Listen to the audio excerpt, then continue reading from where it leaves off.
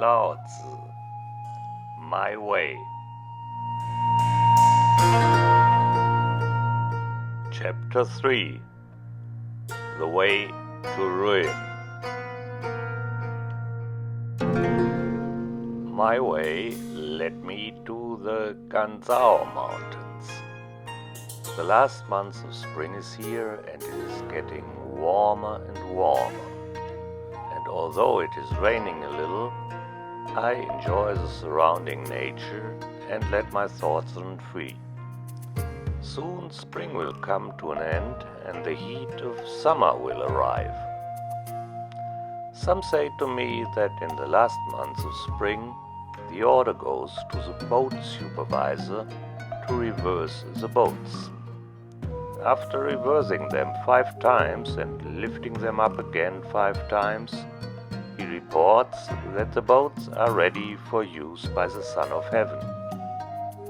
The Son of Heaven now first boards a ship again and sacrifices a sturgeon in the rare chamber of the ancestral temple and begs for fertility for the wheat harvest.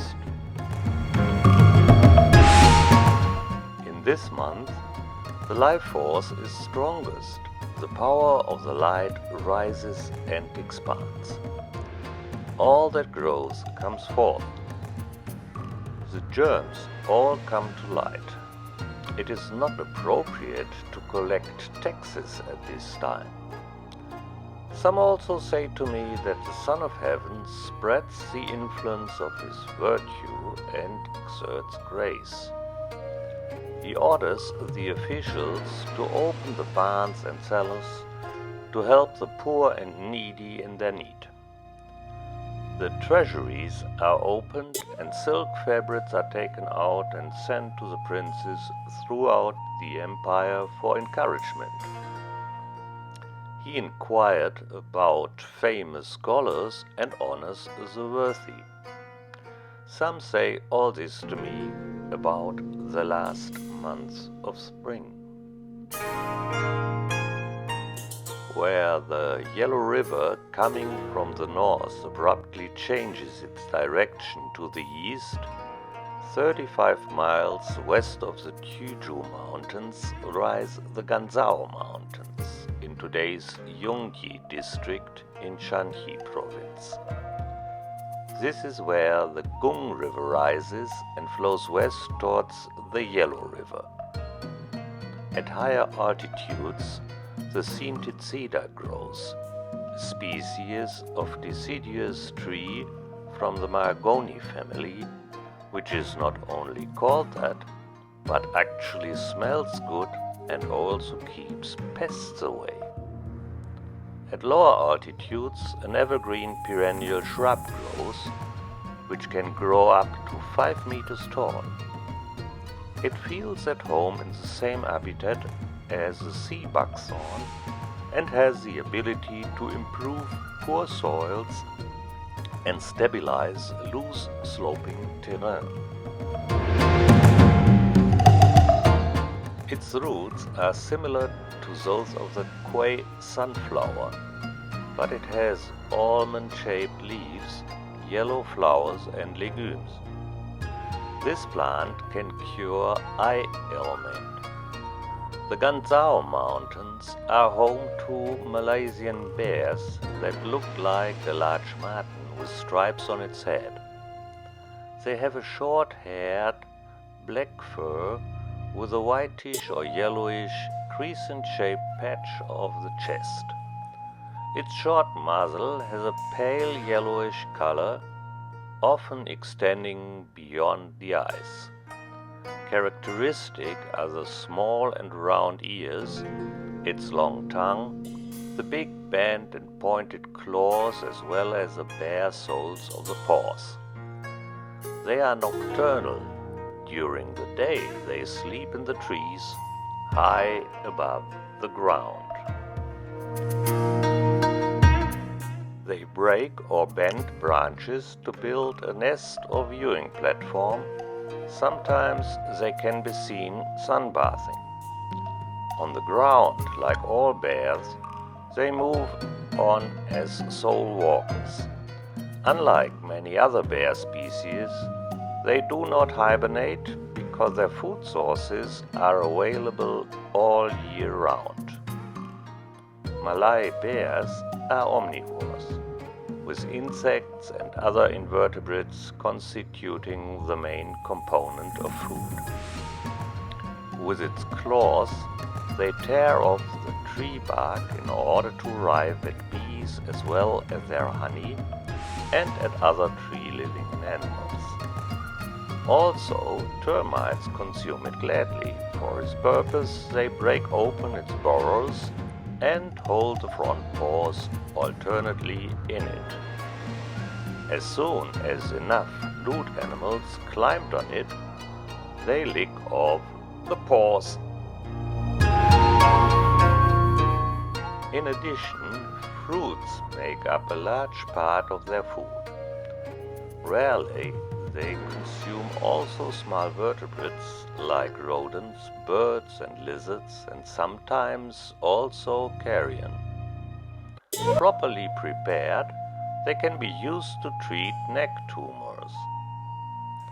In a light drizzle, I sit under the protection of a cedar and take care of my leisure time.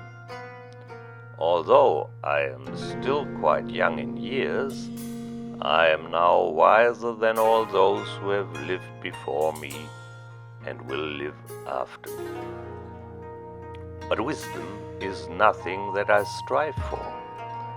I only strive for peace and harmony with nature, if that may be called striving at all. Today, Mr. Liu bothers me. He is famous for his wealth, his power, and his influence. What does he want? Greetings, old master. I am not old, and I don't want to be a master. Don't be so modest. I am as I am. You may like to call it modest. Very well. What do you want? You disturb. I'm scared. Then your educational attempts have failed? I should have guessed it. How can you also teach someone who, even as a young person, has defenseless philosophers beaten up? And now, I'm on the run. And what are you doing here? Talk. You'd be better off turning to your works. There's everything worth knowing in it, but it doesn't help me anyway. That is not surprising either. Why? You've actually already answered that question yourself. What should I do? Silence and disappear. 12 cycles, 8 reflections, and 6 discussions, and all in vain. You shall not even think aloud. My old friend, the charioteer Qing, keeps coming to mind. Why is that? He only took his master for a short drive into the park. So what?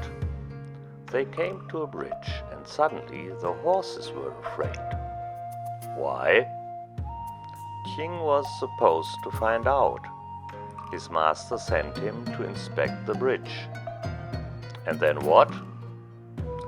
King looked under the bridge and discovered his old friend Yu, who pretended to be dead and who, it looked like, was up to no good. I suppose he wanted to murder the Lord. That's how it is. But this resulted in a dilemma for King. Either he reported his discovery and denied his friendship, or he concealed his discovery and denied his employment. How did he decide?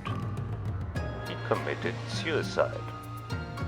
that was a little exaggerated then, after all. He knew no other solution. And why do you have to think about this strange story all the time? I am probably also in a dilemma. You've just become a little too powerful for the rulers. What can I do? Why do you ask me that again and again? You are the wisest one far and wide. That's true, but you can't be helped. Either you will be murdered or you will kill yourself. That is not exactly encouragement. What were you expecting from me? You shouldn't have had preferred the brave, and no one would have quarreled with you. But the brave are the support of the state, if you mean. Then at least you shouldn't have appreciated the treasures, and nobody wanted to steal anything from you. But the treasures are what we all strive for. At least I don't strive for it. You should not have shown anything desirable, and nobody's heart would have become confused. Doesn't your heart also crave the delights of desire? Even if it were so, I'd admit it to you last of all. For the wise man rules in the following way. He empties people's hearts and fills their bellies. He weakens their will and strengthens their bones and makes them all remain without knowledge and without desire, and ensures that those who know do not dare to act. Without action, everything will be all right. I don't understand that. I'm not surprised. The whole conversation with you is not very edifying. Please report this further. The less one expects from me, the better. And so he finally withdraws again towards his sad end. And I am surrounded, what I appreciate most, by pleasant peace. So I sit again in light drizzle under the protection of a cedar.